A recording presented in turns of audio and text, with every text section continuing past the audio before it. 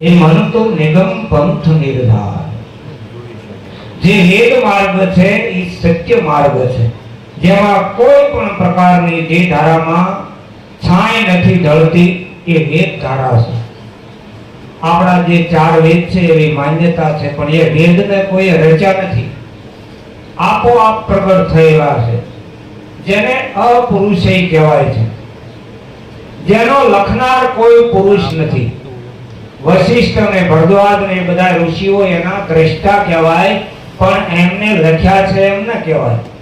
ખરેખર સાચી વાત છે. જે વેદ ધારા છે એ કોઈની કીધેલી નહીં, શીખેલી નહીં, સાંભળેલી નહીં, સ્વ અનુભવથી પ્રગટતી ધારા.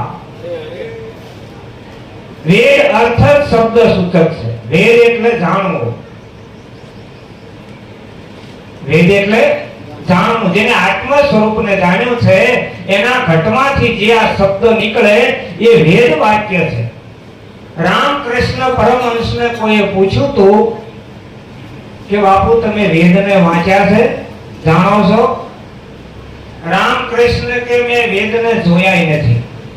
જે ચાર પુસ્તકો છે એ મેં જોયા નથી, પણ હું બોલું છું એ વેદ થઈ જાય છે. એમ મહાપુરુષના અનુભવના જે શબ્દો છે એ વેદ વાક્ય છે, કોઈના કીધેલા નહીં. સ્વ અનુભવથી પ્રગટતી ધારા. એ વચને જે હાલે એ સહજમાં પાય પહોંચી જાય છે. હે મનતુ નિગમ પંથ નિર્ધાર. તો ગમનામ દેહ, અગમનામ આત્મા, નિગમનામ સદગુરુ સ્વરૂપમાંથી આ અવિરત વેદ ધારા વયાદ કરે છે, વયાદ કરે છે. એ ધારા કોઈ દી તૂટતી નથી. પૃથ્વી કોણ જાણે કેટલી રસાણી છે. તેદુનો હિમાલય ઓગળી ઓગળીને ગંગાજી હાલી જાય છે. ગમે એટલા દુષ્કાળ પડે તો એ પ્રવાહ કોઈ દી તૂટતો નથી. એ પ્રવાહ કોઈ દી તૂટતો નથી તો હિમાલયની શિખા પણ કોઈ દી ઘટતી નથી. ત્યાંથી જેમ તેમનો તેમ. એમ સદગુરુ સ્વરૂપમાંથી આ અવિરત વેદ ધારા વયાજ કરે છે. ઈ વચને જે હાલે, ઈ માર્ગે જે હાલે એ સહજમાં પાય પહોંચી જાય છે. માટે આપણે ગ્રહસ્થી લોકોએ જે પ્રવૃત્તિમાં છીએ, જે ગ્રહસ્થાશ્રમના કાર્યો હાચવીને જો આ મહાપદને પામી જવું હોય તો બીજી બધી ગળમથલમાં પડવા કરતા આ એક જ નિર્ણય કરી લો. સદગુરુ સંતના શરણે જઈ અને આ સમજણ સમજી લો. ગણપત મહારાજ કહે છે કે પ્રથમ જ્ઞાન ગુરુથી જાણી કરો વિવેક વિચાર. ઈશ્વર કોને કહેવો એ વિવેક વિચાર. ઈશ્વરને ગોતવા જવા પહેલા ઈશ્વર કેને કહેવો એ સમજો. હમણાં ગોતવાની માથાકૂટ કરવા દો. કારણ કે જે વસ્તુને આપણે પ્રાપ્ત કરવી હોય એનું પ્રથમ પારખ તો બનવું જોઈએ ને. કાંઈ ખબર નથી, કાંઈ જાણતા નથી, પરબારો હાથમાં ધંધો લઈને બેસી જાય તો ખોટે જ ખાવાની, બીજું કાંઈ. ઈશ્વરને ગોતવા જવા પહેલા ઈશ્વર કેને કહેવો એ કોઈ અનુભવી મહાપુરુષના શરણે જઈને પેલું ઈ જાણો. કારણ કે પરમાત્માને આચાર્યોએ, ગુરુજનોએ, વિદ્વાનોએ એને અનંત નામે ચિતરી નાખ્યો છે. એમાં જીવ એવો ગળમથલમાં પડી ગયો છે કે શાંતિ મેળવવાને બદલે ધર્મથી ઝઘડાઓ થાય છે. જે ધર્મથી શાંતિ મળવી જોઈએ, વિખવાદ મટવો જોઈએ, આનંદ થવો જોઈએ, પણ સ્વરૂપને સમજ્યા વિના મરી મટવાના ધર્મ ઝઘડાઓ ઊભા થાય છે ને એ સ્વરૂપને સમજ્યા વિના. જેમ દાખલા તરીકે ત્રણ મુસાફરો મુસાફરી કરતા હતા. એક ગુજરાતી, એક કાઠિયાવાડી અને એક બંગાળી. આ ત્રણેય વાસીએ વયા. એમાં કાઠિયાવાડી કે અમારા હગાવાલા આવે ને તો વાલામાં વાલું જમણવાર, ખાંડ, ચોખા ને ઘી. તો ગુજરાતી કે તમે ચોખાના વાખાણ કરો છો પણ ખાણું ભાત જેવું બીજું કોઈ નહીં. અમે ગમે એટલી વાનગી બનાવી પણ અમારે ભાત તો જોઈને ધોઈ. તો બંગાળી કે તમે બે જણા ભાત ને ચોખાની વાત કરો છો પણ ભલામણા ચાવલ ના ખાધા હોય તામાંથી બધું નકામું છે. ચોથા મુસાફર પાસે બાસકું ભર્યું હતું. હિમાજીને મુઠ્ઠી ભરી મૂકી તો બોલ્યો કે જો આને ચોખા ખાઉં છું, બોલ્યો કે હું આને ભાત ખાઉં છું, બોલ્યો કે આને ચાવલ ખાઉં છું. ચાવલ, ચોખા ને ભાત, પણ ત્રણેયની માં તો ડાંગર કમો જ ને. પણ ફોતરો નીકળી જાય કઈ સોખે સોખો દેખાય એટલે એ ફોતરા કાઢવા હારું થઈ અને સંતોએ આ સત્ય જ્ઞાનના હાંભેલા માંડ્યા. જે ઘાયે કરી ગયા એના ફોતરા નીકળી ગયા, સટકી ગયા, એ રહી ગયા. એને કાયમ માટે ઈશ્વર વિશે વાત રહી ગયો અને રહી ગયો. એ અનંત રૂપથી નરસિંહ મહેતા કે રૂપ અનંત બુદ્ધિ ના શકે કળી, બહુ પંથે ચડીને જીવ ગયો છે ભૂલી, પણ ભલામણા જળ ચેતનમાં રમી રહ્યો રસ રૂપે પકડી લે સજીવન મળી. ભગવાનને અનંત નામે અનંત રૂપે ગાવામાં ચિતરી નાખવામાં આવ્યો. એમાં એવો વાદ વિવાદ ઉભો થઈ ગયો. કોઈ કે કૃષ્ણ કળા ભરપૂર, કોઈ કે રામ જેવો મર્યાદિત પુરુષોત્તમ કોઈ અવતાર નહીં, તો કોઈ કે તમે રામકૃષ્ણના વખાણ કરો છો પણ ગણપતિ જેવો કોઈ દેવ મરણમાયી પરણમાયી. બીજો કે પણ અત્યારે બધાય કરતા હનુમાન વધી ગયો, શેરીએ બેહી ગયો. તો તમે રામ કયો તોય ભલે, કૃષ્ણ કયો તોય ભલે, હરિ કયો તોય ભલે, નારાયણ કયો તોય ભલે, અલ્લાહ કયો તોય ભલે, આત્મા કોમ ગિરજામતી સહચરાહ પ્રાણાહ શરીરમ ગ્રહમ પુદાતે વિશ્વ ભોગ રસના નિંદ્રા સમાધિ સ્થિતિ. હું જે ખાઉં છું પીઉં છું એ ભગવાન તમને પૂજા ચડી રહી છે. આમાં શંકર ના હોય તો ગળતી ચડે કોને? હે આમાં શંકર છે એટલે આ સંશયથી વાસાએથી આ રેડોન પાણી કોઈ વાસાએથી બાય પાછું નીકળે. લ્યો શંકર ના હોય તો આ તો શંકર છે એટલે ગ્રહણ કરે આની મય. એટલે આત્મા એ પોતે ભગવાન શિવજી છે. તમે એને રામ કહેતા હોય તો ભલે, કૃષ્ણ કહેતા હોય તો ભલે, અને સુરેલભાઈ કહેતા હોય તો ભલે, મેરડીમાં કહેતા હોય તો ભલે, ભલિયા બાપ કહેતા હોય તો તમને મુબારક. પણ એવડો એ છે, ભૂલા પડતા નહીં. હા આ સોખી વાતો છો, આ સોખિયા આને પાઠ કહેવાય. આ સોખરિયાનો આપણે પાઠ ત્રીજો હોય છે. હા આ એની જ સોચ્યું છે ને, હે એના અજવાળા આપણા બધા ભેળા થયા છે. અજવાળું ગુરુજી તમે આયા, આ ભોજા બાપા ગામમાં આયા ને એટલા અજવાળું થયું. કાંઈ ચોકડીએ સાણા ફલકતા જાણે કો કરી ગયો ને કાંઈ જાય આવે ચોકડીએ ત્યાં જેટલું કાતો અબીર કલાલ પડી હોય, થોડાક લેંબુ કાઢેલા પડ્યા હોય, અંતરની શીશી પડી હોય, કૃષ્ણગળી પડી હોય, થોડી બંગડી પડી હોય. આ ભોજા બાપા ને એ બધું નીકળી ગયું ભલામાં. આ પરસો નથી, હે આ સોખી વાત છે. આ સોખરિયાનો પાઠ કહું છું મારે. એટલે 8 કલાક 9 કલાક આપણે હોઈ જઈએ છીએ એ એને દંડવત થઈ ગયો. એમાં મંત્રની અંદર એવો સાર છે. એટલે અભણ સંતોએ પણ સાદી ભાષામાં ગાયું કે લેવાય તો રામ નામ લેજો, લેવાય તો ટુકડો દેજો. આ હીરા જેવી વાત સોખી મેદાનમાં પડી છે, લેવાય તો લઈ લેજો. સીધી અને સરળ વાત. તો પૂજાતે વિશ્વ ભોગ રસના નિંદ્રા સમાધિ સ્થિતિ. હું 8 કલાક કે 9 કલાક સુઈ જાઉં એ ભગવાન તમને દંડવત પ્રણામ કરું છું. ઓલો મંત્ર છે એની સિદ્ધિ હામી પડી છે. સંસારો પ્રત્યો પદક્ષણ વિધિ સ્તોત્રાણી સર્વગીરો યક્તિ કર્મ કરો દખિલન સંબોધવા રાગનમ. જે કાંઈ કર્મ કરો છો એ એની સેવા છે. પણ ક્યારે આ બધું કે શબ્દ નિરંતર છે મન લાગ્યો તો મલિન વાસના ત્યાગી ઉઠત બેઠત કબહુ ન છૂટે એસી તાળી લાગી. નિરંતર જ્યારે ધ્યાન દ્રઢ થયું ને ત્યારે હાલો ચાલો એ પ્રદક્ષિણા છે, ત્યારે તમે ખાઓ પીઓ એ પૂજા છે. પણ એ સમજણને સમજ્યા ત્યારે આ વાત નક્કી થશે. નહીતર આ વાત ત્યાં સુધી નક્કી થાય એવું નથી. એટલે પ્રથમ જ્ઞાન ગુરુથી જાણી કરો વિવેક વિચાર. કરો વિવેક વિચાર. તો એમને એમ કીધું કે આત્મા તત્વ શું છે એ નક્કી કરજો. આ નક્કી નહીં થાય તો આપણે ઘણી વખત વાતો કરી છે ને કે આત્મા એક પરમાત્મા, આત્મા એક પરમાત્મા. આવી વાતો તો ઘણી વખત આપણે બોલી ગયા. પણ જ્યાં સુધી ઓળખાણ ન થાય ત્યાં સુધી તો વાતો જ ને. તો આત્મ તત્વને ઓળખવા માટે બોલ કદી મુખ બહાર ન કાઢે ઈ ભક્તિ પદનો અધિકાર.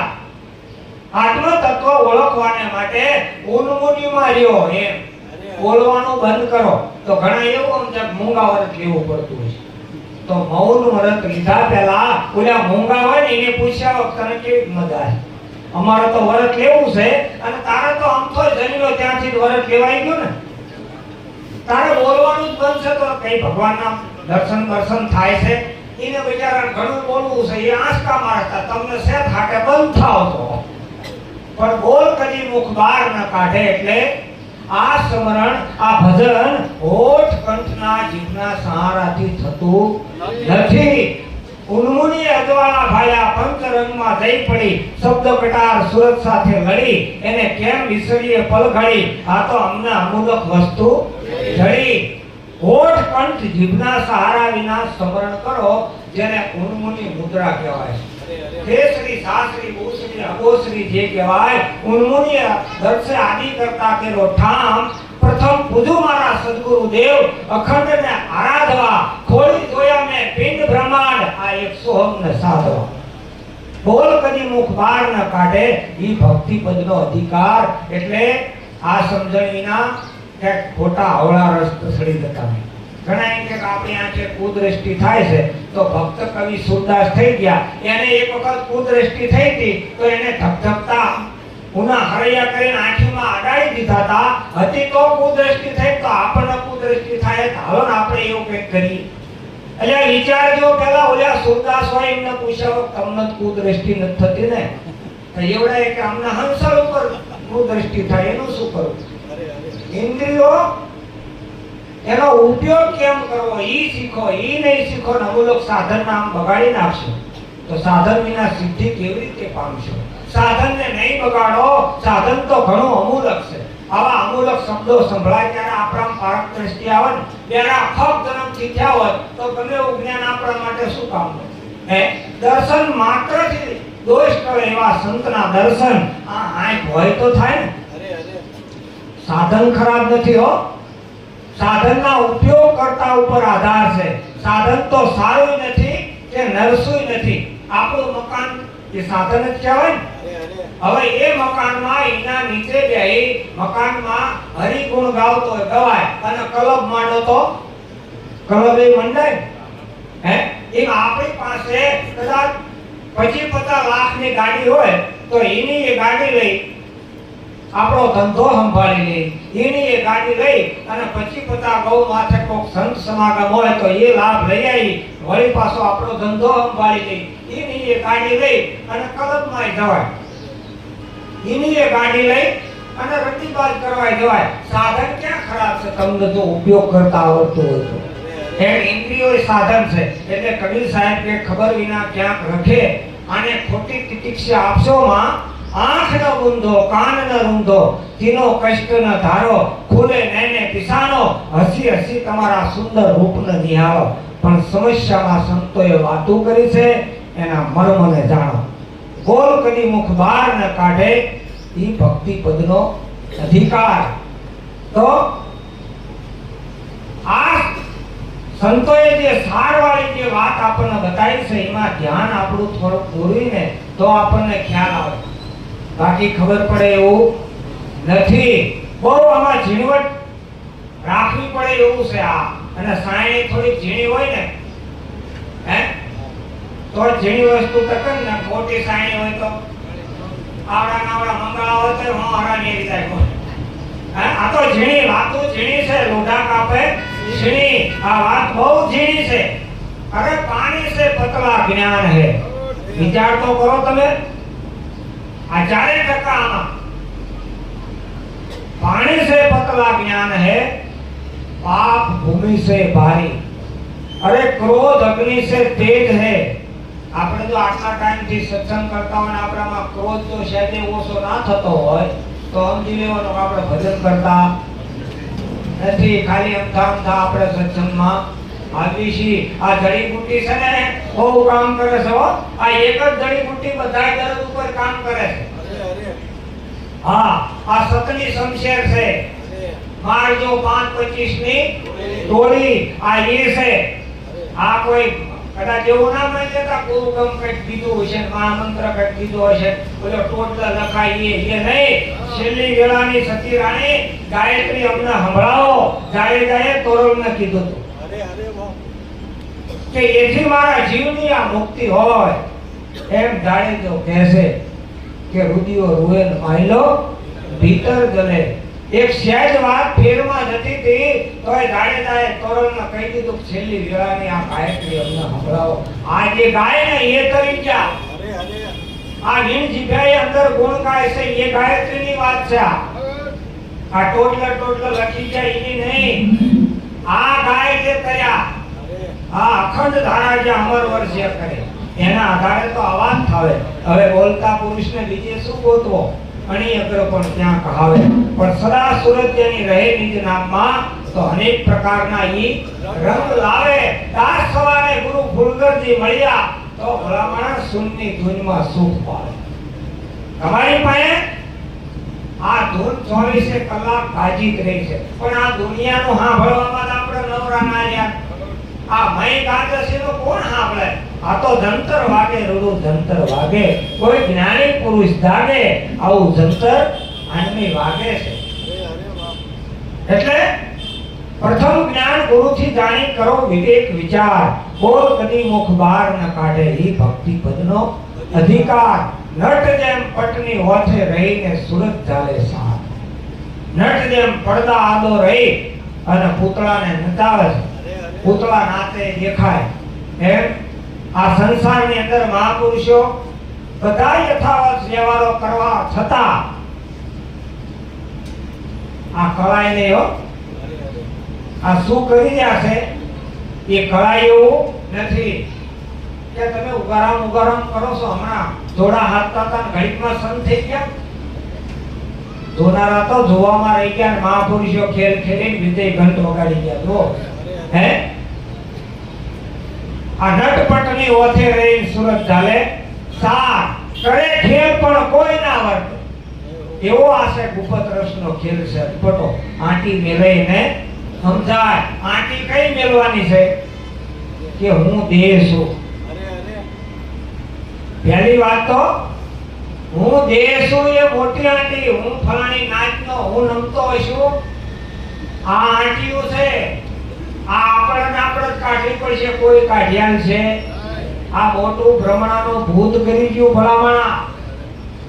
આ ભૂતડું નીકળે એવું નથી. આવા ધાંધળ કોક સદગુરુ મળી જાય ને ભોજા બાપા જેવા તો આ ભૂતડું કાઢે. બાકી આ ભ્રમણાનું ભૂતડું જગત વળગ્યું છે. હે તો ઘણા શું કે તમને ગુરુકમ વાળાનો ભૂત વળગ્યું છે. એટલે આ ભૂત તો અમને તુલસીદાસજીએ કીધું છે. શું કીધું કે तुलसी के नफा विचारिए क्या भला बुरा से काम। अरे भूतों से हनुमान मिला। આ પંચભૂતનો દેહ મળ્યો ને એમાં આ પાછો પ્રાણ છે ને પવન એ હનુમાન છે। भूतों से हनुमान मिला और हनुमान से मिला राम। તમારો આત્મા છે ને પ્રાણ નો પકડ્યો તો આત્મા પકડાય છે, નહીતર પકડાય એમ નથી। આ ચોખી સંતોએ વાતો કરી હો તો એનું કરી હાવ નજીકમાં આણી અગરો ઉપર એક છે હેરો રમતા રામા નિશ્ચિત નિરખો નેનોમાં। તો ઓજા આપણા કંપની નેનો છે એ નહીં હો કે નેનોમાં તમે રોજ થઈ છે ન કરીએ એ નેનો નહીં। સદગુરુએ ગુરુ ચરણનું જેને અંજન આપ્યું ને એને મટી ગઈ સગળી જાણ। એને આંખ ખોલીને જોઈ તો ઘટઘટમાં બેઠો તો અલગ ધણી એ નેનોની આ વાત છે। આ નેનોના બાણ માર્યા આર પાર દિલમાં વાહ શિકારી મારો કીધો શિકાર આ દિલમાં। આ જે ઘટની અંદર કામ ક્રોધ લોભ મોહ મદ અભિમાન આ બધા શત્રુ છે। એની ઉપર કંટ્રોલ કરવા માટે સદગુરુએ આ શમશેર આપી। આ સતની શમશેર આ પ્રેમ કટારી છે। આ શબ્દ કટારી કોઈ સુરાનર ઝીલે નહીં કાયરનું કામ। ઈ કટારી જેને લાગી કાળંદડે એ તો ઉતરી આરંપાર। એવા લડવૈયા નર સુરા કોને આવા લડવૈયા નર સુરા કહેવાય હો। આપણે બજારમાં ને હેરાન આપણાથી કોઈ બીતું ફરતો હોય એ સુરા નહીં. આ તો આ 100 ની ઉપર તેને કંટ્રોલ કર્યો છે. હા, બાકી લાખો જીવોને હણવાથી કહેવાય એ સુરવીર ના. જે હણે સળ રીપુને એ હાચો સુરવીર છે, એને સુરવીર કહેવાય. અને એના માટેની ઔષધિ છે. હા, એટલે નટ જેમ પટની ઓથે રહી અને સુરત જાણે સાર કરે ખેલ પણ કોઈ ના વર્તે. શું જાણે આ સંસાર, જોનારા જોવામાં રહી ગયા. તો હવે નદી નીરમાં કરે નિંદ્રા, ઉઠે મીન અપાર. જો એની ગત કોઈ ના જાણે મેળવી લેને તાર. મોટી મોટી નદીઓમાં તાજા નીર એટલે પાણી કાયમ વહેતા હોય, એમાં માછલાઓ વિહાર કરતા કરતા ઊંઘ કરી લે. નાના નાના બાળકોના તાણી જાય એટલો પ્રવાહ હાલ્યો જતો હોય, એમાં કામાપુરના માછલાઓ હાલતા હોય તો હાલતા હાલતા એ ઊંઘ કરે છે. એ સ્થિરતા તો એની જોજો, નહીતર ઊંઘમાં 5 કિલોમીટર પાછુંના ઢાળી જતું રહે. એ સંસાર સરોવરની અંદર મહાપુરુષો યથાવત વ્યવહારો કરવા છતાં દસડાઈ જતા નથી. અને અડગતાર એવો સાધી દીધો છે કે લોભીનું ધ્યાન કેમ જેમ દાટેલા ધનમાં રહે છે, તાજી વેળ ગાયનું ધ્યાન એના વાસરડામાં રહે. સારો સરવા જાતી, એક મોઢું ભરતી, આડો ઓળું જોતી, હિયોરો કરતી, ઘર ભણે તરત કાન માંડે છે એના વાસરડા તરફ. જો ગોવાળ ચૂકી જાય તો તરત જ ઘર ભણી થઈ જાય છે.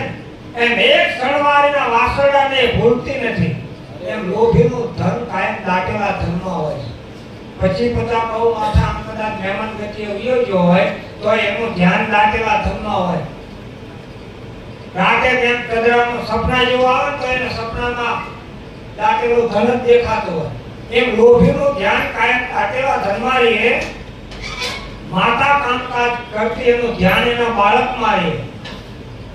એમ ઉચ્ચ પક્ષીઓ ઈંડા મૂકી અને સારો સરવા આધે આધે દિયા જાય, એની સુરતા ઈંડામાં રહે અને ઈંડા સિવાય જાય, ઈંડા સિવાય જાય. એવી રીતે સંતોએ આ સુરતાને કેળવી છે કે વિધવિધ વ્યવહારો મળ કરતા, સગળું કરતા, છતાં કરતા દોર ઉપરથી સુરતા નટ ચૂકે નહીં. એમ જ્ઞાની જ્ઞાન દશાની ઘટી દોર ચૂકે નહીં.